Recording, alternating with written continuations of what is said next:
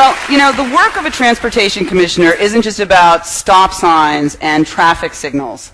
It involves the design of cities and the design of city streets.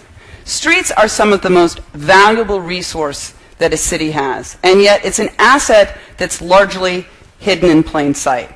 And the lesson from New York over the past 6 years is that you can update this asset. You can remake your streets quickly, inexpensively. It can provide immediate benefits, and it can be quite popular. You just need to look at them a little differently. This is important because we live in an urban age. For the first time in history, most people live in cities. And the UN estimates that over the next 40 years, the population is going to double on the planet.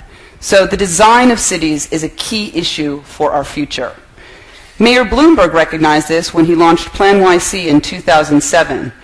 The plan recognized that cities are in a global marketplace, and that if we're going to continue to grow and thrive and to attract the million more people that are expected to move here, we need to focus on the quality of life and the efficiency of our infrastructure.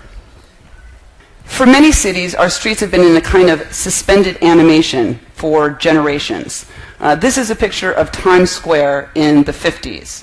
And, you know, despite all of the technological innovation, cultural changes, political changes, this is Times Square in 2008. Not much has changed in those 50 years.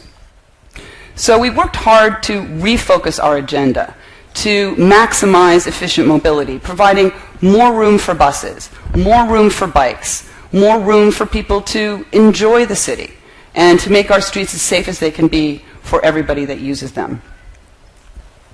We set out a clear action plan with goals and benchmarks.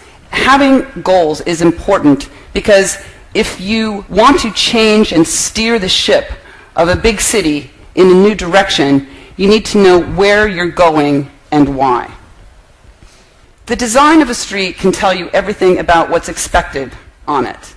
In this case, it's expected that you shelter in place. The design of the street is really to maximize the movement of cars, moving as quickly as possible from point A to point B, and it misses all the other ways that a street is used. When we started out, we did some early surveys about how our streets were used, and we found that New York City was largely a city without seats.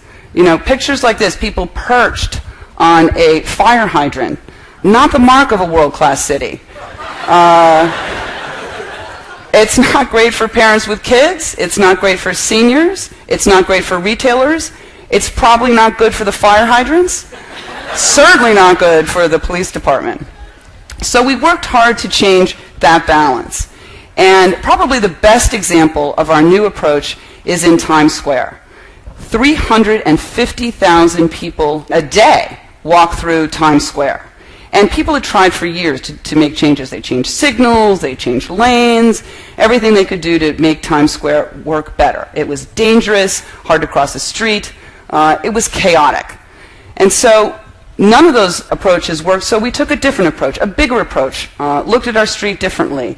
And so we did a 6-month pilot. We closed Broadway from 42nd Street to 47th Street and created 2.5 acres of new pedestrian space.